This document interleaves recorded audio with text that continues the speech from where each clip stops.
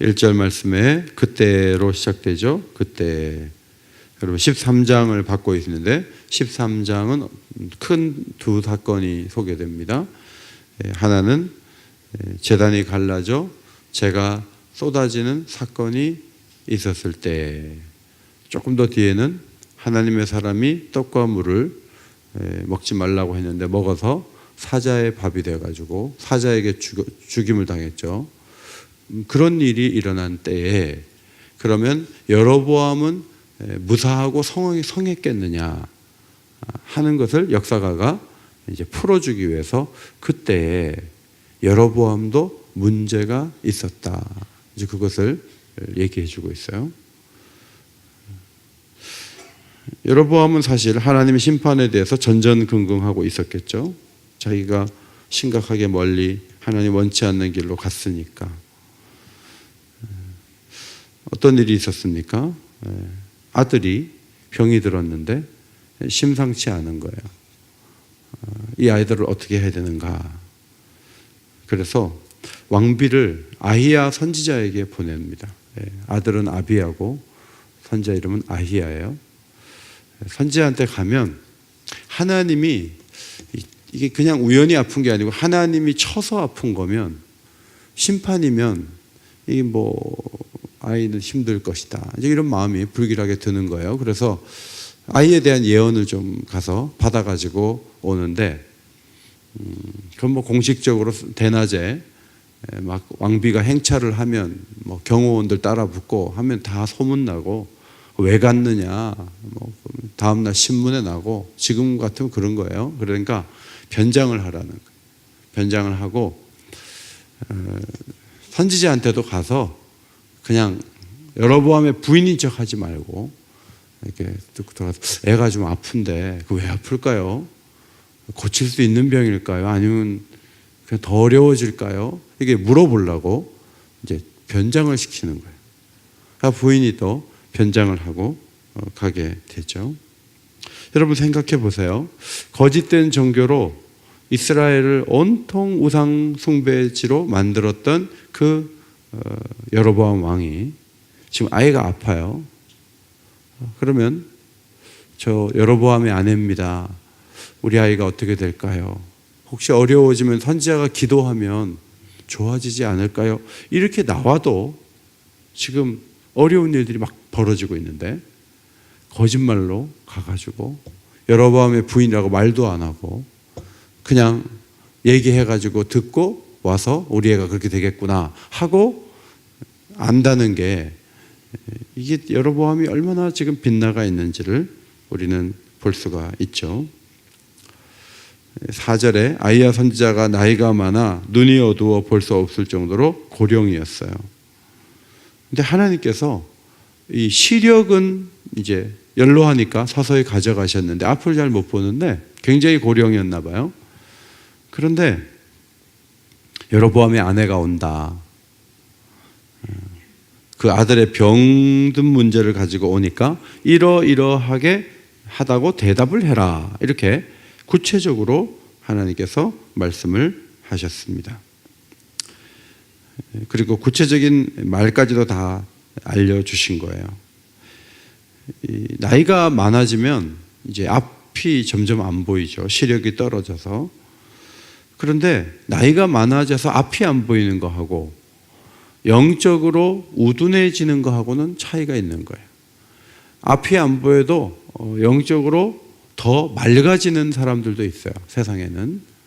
이삭 같은 경우에 야곱이 이제 들어왔을 때, 음식을 갖고 들어왔을 때 음성이 아닌 것 같아서 자꾸 물어보죠. 눈으로는 확인이 안 되니까. 근데 에서라고 자꾸 하니까 그래갖고 축복을 하고 보냈더니 조금 있다가 에서가 들어와서 아버지 축복해 주세요. 그러니까 이삭은 시력에만 의존하는 노년기를 보냈다는 뜻이에요. 그런데 야곱은 노인이 됐을 때, 요셉이 두 아들을 데리고 왔을 때 우수를 차자에게, 그 다음에 좌수를 장남에게 이렇게 한단 말이죠. 그러니까 요셉이 아버지 바뀌었어요 하고 손을 이렇게 옆으로 해서 이 오른손을 이 큰아들한테 하시라고요. 그러니까 야곱이 나도 안다 내 아들아 나도 안다 그랬죠? 나도 안다 내 아들아 나도 안다. 그래 알아. 그런데 이 손주 가운데 작은 손주가 더 크게 될 것을 하나님이 보여주신다는 거예요. 그래서 내가 오른손으로 이 둘째 손주한테 축복하겠다는 거예요. 그러니까 앞이 안 보이는 상황이 사람들이 온단 말이에요. 그래도 세월이 흐르면서 점점 더 하나님하고 친근하게 되고 더 먼 미래를 보고 기도하고 이런 일들이 가능하다는 것을 아이야 선지자를 통해서 볼 수가 있습니다. 어떤 권사님이 아파트에 전부 막 젊은 사람만 산대요. 근데 거기 젊은 사람밖에 없어서 권사님이 나이가 많으시니까 아유 나 같은 사람은 없네 그랬는데 연세가 많으신 할머니를 만났어요. 그 할머니 너무 고령이어서 교회를 못 가요. 다리에 힘도 없고. 근데 이 할머니가 매일 묵상을 하신대요. 매일 성경을 보고 노트하시고 옛날에 학교 선생님이셨대요. 그래갖고 노트하고 그리고 무슨 얘기를 하냐면 성경이 너무 재밌대. 그래서 예를 들어 오늘 창세기까지만 읽으려고 읽었는데 너무 재밌어가지고 출애굽기도 보게 되고 그래서 20장 보려고 그러다가 50장 읽고 그냥 이 성경의 재미에 빠져가지고 그렇게 성경이 재밌대요. 기도 생활은 어떠신지 몰라요. 여러분 세월이 흘러가지만 아이야 선지자처럼 하나님을 묵상하고 하나님을 사랑하고 그분의 말씀이 좋고 총명해지는 주의 백성들이 되시기를 바랍니다. 그것이 하나님의 큰 축복이라고 하는 거예요. 6절에 보니까 아이야 선지자가 다 알고 있네요.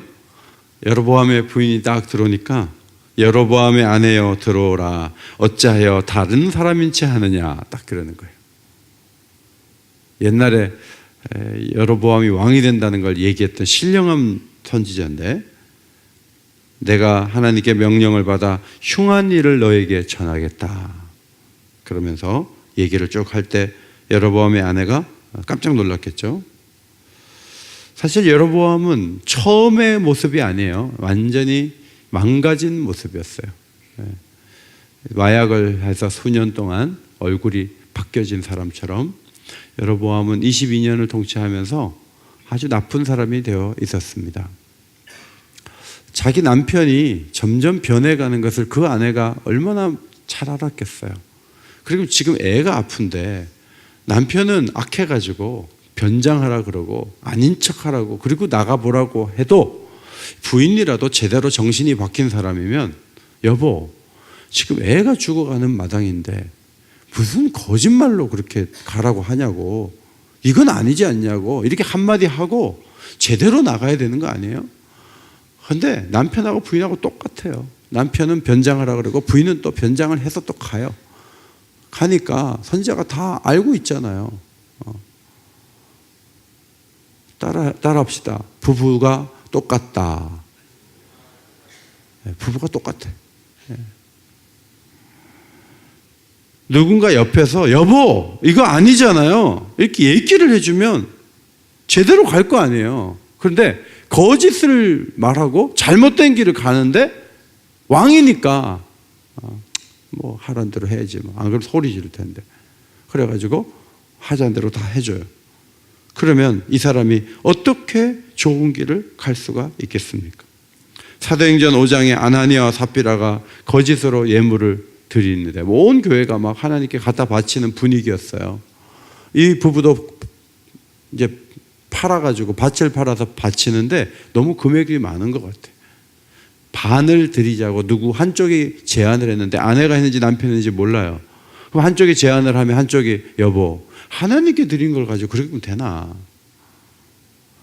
왜 그거를 그렇게 그런 식으로 해요?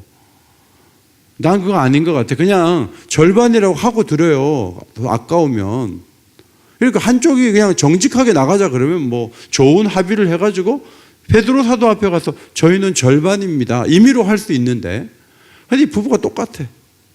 반을 딱 잘라가지고 드리는데 전체인 것처럼 하는데 부부가 똑같은 행동을 하는 거예요. 하나님께서 그냥 죽게 만드시는 거죠. 둘 다 죽게 만들었어요. 그게 뭐 죽을 죄인가 그런 생각이 들지만 거짓은요, 하나님의 교회의 거룩을 훼손한단 말이죠. 여러분이 교회 생활을 할 때 어떤 부분에서도 하나님의 거룩을 훼손할 만한 거짓을 동원하면 안 돼요. 항상 진실하게, 항상 사실대로 그렇게 임하는 것이 너무너무 중요해요. 왜냐하면 거짓은요, 거짓말을 이렇게 할 때 뒤에 마귀가 있어요. 우리가 살짝 거짓말하고 지나가는 게 아니고요, 마귀가 뒤에서 웃고 있고요, 조종한단 말이죠. 그래서 마귀에게 빌미를 주는 거예요. 요한복음 8장 44절에 너희는 너희 아비 마귀에게서 났으니 너희 아비의 욕심대로 너희도 행하고자 하느니라. 그는 처음부터 살인한 자요 진리가 그 속에 없으므로 진리에 서지 못하고 거짓을 말할 때마다 제 것으로 말하나니 이는 그가 거짓말쟁이요 거짓의 아비가 되었음이라. 마귀는요 거짓에 능하단 말이죠. 인류 역사가 이렇게 망가져가지고 이렇게 사람들이 고통하게 된 이유도 거짓에 속아가지고, 선악과의 그 유혹의 핵심은 거짓이에요. 거짓에 무너지는 거예요. 사도 요한은 둘째 사망에 처하게 될 사람들이 어떤 사람들인지를 기록했는데, 요한계시록 21장 8절 두려워하는 자들과 믿지 않는 자들과 흉악한 자들과 살인자들과 음행자들과 점술가들과 우상숭배자들과 그 다음에 나오는 게 뭐예요? 거짓말하는 모든 자가 불과 유황으로 타는 못에 던져질 것이다 그랬어요. 성도 여러분, 저나 여러분이나 어떤 한 부분에서는 거짓을 안고 있다고요. 그게 해결이 돼야 돼요. 그게 해결이 안 되면 새해가 돼도 똑같은 거예요. 새해는 진실되게 살 수 있도록 은혜 주시기를 간절히 소원합니다. 이 거짓을 이겨내야 돼요. 우리나라에 이 거짓이 많은 이 사회 분위기, 이것도 해결이 돼야 돼요. 인척하는 거 가지고 해결이 좋은 길을 갈 수가 없는 거예요. 이제 아이야 선지자가 자신이 들었던 하나님 말씀을 전하죠. 7절에 보면 하나님께서 여로보암을 주권자가 되게 하셔서 긴 세월 주권자가 됐다는 거예요. 8절, 그런데 너는 다윗의 집과 같이 정직하지가 않았어. 9절, 네가 나를 등 뒤에 버렸도다. 10절, 내가 여로보암에게 속한 사내를 거름더미처럼 쓸어버리겠다. 그래서 여로보암에게 속한 자가 죽으면 개가 먹고 공중의 새가 먹게 될 것이다. 이렇게 무서운 말을 하시면서 이제 핵심되는 12절, 아이가 죽는다는 거예요. 성읍에 들어갈 때 애가 죽는다. 13절, 온 이스라엘이 슬퍼하는데 이 아이만 묘실에 들어간다. 우리로 말하면 국립묘지에 얘만 들어간다. 나머지는 국립묘지에 못 묻힌다. 이런 경고를 하는 거예요. 그러면서 하나님 뭐라 그러냐면 이 아이가 하나님을 향해서 선한 뜻을 품은 아이라는 거예요. 아니, 너무 안타까워요. 시대가 악하면요, 안 죽어야 될 사람도 자꾸 죽는 거예요. 너무 안타까운 거예요. 14절, 지금 여로보암의 집을 끊어버릴 것이다. 15절, 여호와를 진노하게 하였으니 이스라엘을 뽑아 강 너머로 흩어버리겠다. 16절, 여호와께서 이스라엘을 버리실 것이다. 핵심되는 메시지는 두 가지죠. 아이는 죽고 이스라엘은 버려질 것이다. 그래서 그 무서운 메시지를 들고 아이의 엄마가 얼마나 마음이 무거웠겠어요. 집으로 이렇게 와서 디르사로 돌아가서 집 문지방에 이르렀을 때 선지자의 말대로 애가 죽었어요. 온 이스라엘이 그를 위해 슬퍼했습니다. 선지자 아히야를 통해서 하신 말씀대로 되었다. 그렇게 기록하고 있습니다. 18절 말씀이에요. 18절. 자, 성경을 보시고 18절 읽겠습니다. 시작. 온 이스라엘이 그를 장사하고 그를 위하여 슬퍼하니 여호와께서 그의 종 선지자 아히야를 통하여 하신 말씀과 같이 되었더라. 그랬어요. 지금 열왕기서를 쓰는 이 역사가 계속 반복하는 게 뭔지 아시겠죠? 말씀과 같이 되었더라. 말씀대로 되었더라.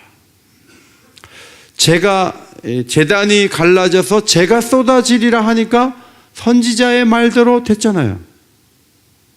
또 늙은 선지자의 입을 통해서 네가 하나님이 그만 떡과 물을 먹었으니 너희가 제대로 묘실에 장사되지 못한다, 돌아가서 죽지 못한다, 이런 얘기를 하니까 가다가 그 말씀대로 그대로 되잖아요. 그러니까 또 늙은 선지자가 이 하나님의 사람이 말한 대로 이 제단에서 막 선지자들이 막 죽고 우상 숭배자들의 뼈가 이 제단 위에서 불태워질 것이다. 그 말한 게 열왕기하 23장에 있는 그대로 되는 거예요. 그리고 14장에서 아이가 죽는다 그러니까 정말 문지방을 넘는데 아이가 죽었어요. 여러분, 하나님은요 말씀을 하시는데 그게 그냥 빈말이 없어요. 하나님은 미리 아시기도 하지만 말씀하신 대로 하셔요. 그래서 성경이 가치가 있는 거예요. 말씀대로 될 거니까. 범죄하면 성전을 던져버릴 거야 하고 성전이 지어질 때 말씀하셨어요. 그래서 정말 던져버렸어요. 성전을 던져버렸어요.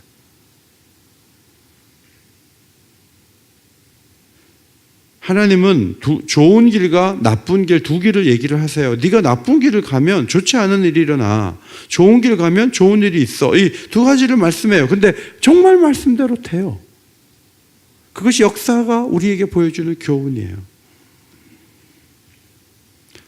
솔로몬도 여로보암도 마찬가지예요. 하나님이 두 가지를 항상 옵션을 주신 거예요. 잘하면 더 나은 길을 걸어갈 수 있다. 범죄하면 형벌을 받는다. 이 상반된 메시지가 항상 있는 거예요. 우리에게도 마찬가지예요. 그리심산과 에발산 두 산이 있잖아요.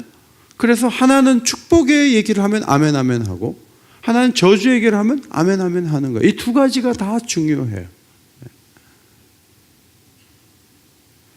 우리나라에서 북한으로 얼마 전에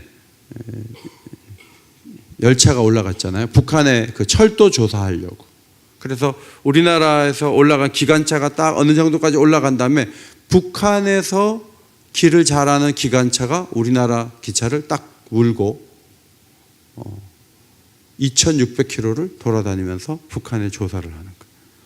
그러니까 우리나라 기관차가 끌 때는 우리나라가 원하는 대로 가는 거예요. 근데 북한 기관차가 끌기 시작하면서부터 거기에 딱 붙이면 이제 북한을 돌아다니는 거예요. 우리가 어떻게 하냐에 따라서 기관차가 달라진다고. 우리 앞에 있는 기관차가 달라지는 거예요.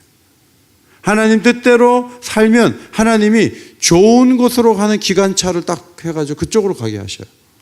그런데 우리가 하나님께 범죄하고 거짓되게 하고 막 내 마음대로 하고 그러면요, 하나님이 좋지 않은 곳을 가는 기관차를 붙여서 그쪽으로 가게 하신단 말이에요.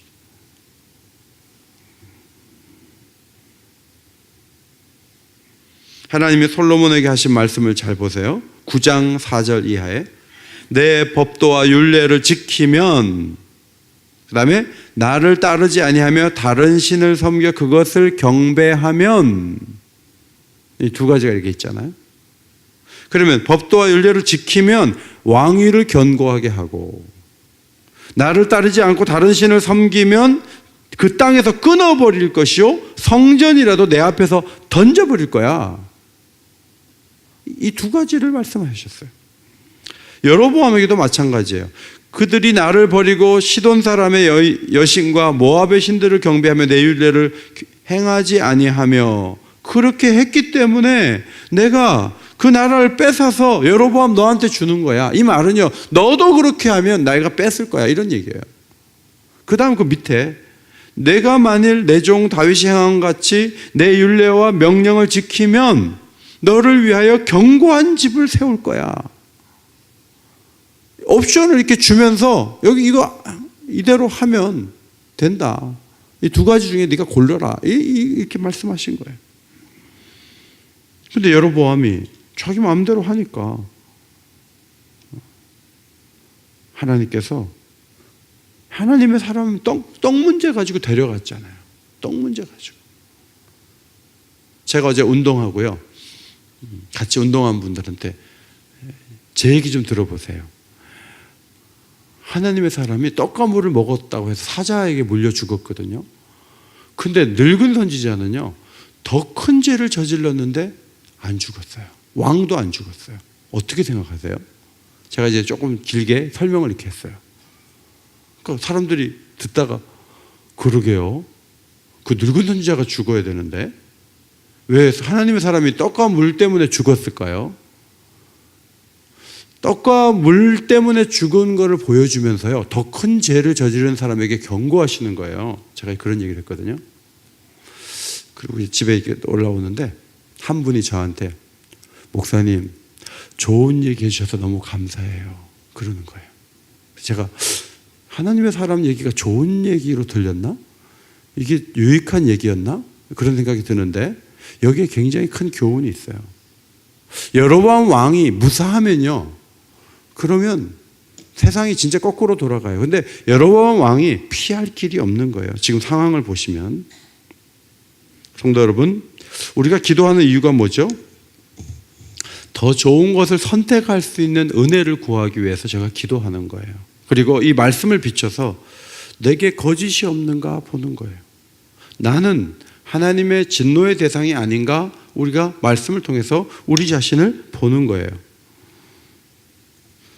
지난 한 해 동안 우리에게 무슨 문제가 있었는가 다시 한번 되돌아보면서 몇 가지 기도 제목을 말씀드리고자 합니다. 첫째로, 거짓 없는 진실함을 위해 기도해야 돼요. 이 거짓을 버려야 돼요. 뭐든지 진실하게 하는 게 중요해요. 두 번째, 나이가 많아서 눈이 흐려져도 하나님을 아는 힘은 더 강해져야 되고 하나님을 사랑하는 힘은 더 강해져야 돼요. 그것이 우리가 아이야 선지자를 통해서 배울 수 있는 아름다운 모습이에요. 세 번째, 의롭지 않은 것들을 배격하고 거룩한 공동체를 만드는 일에 우리가 헌신해야 되겠습니다.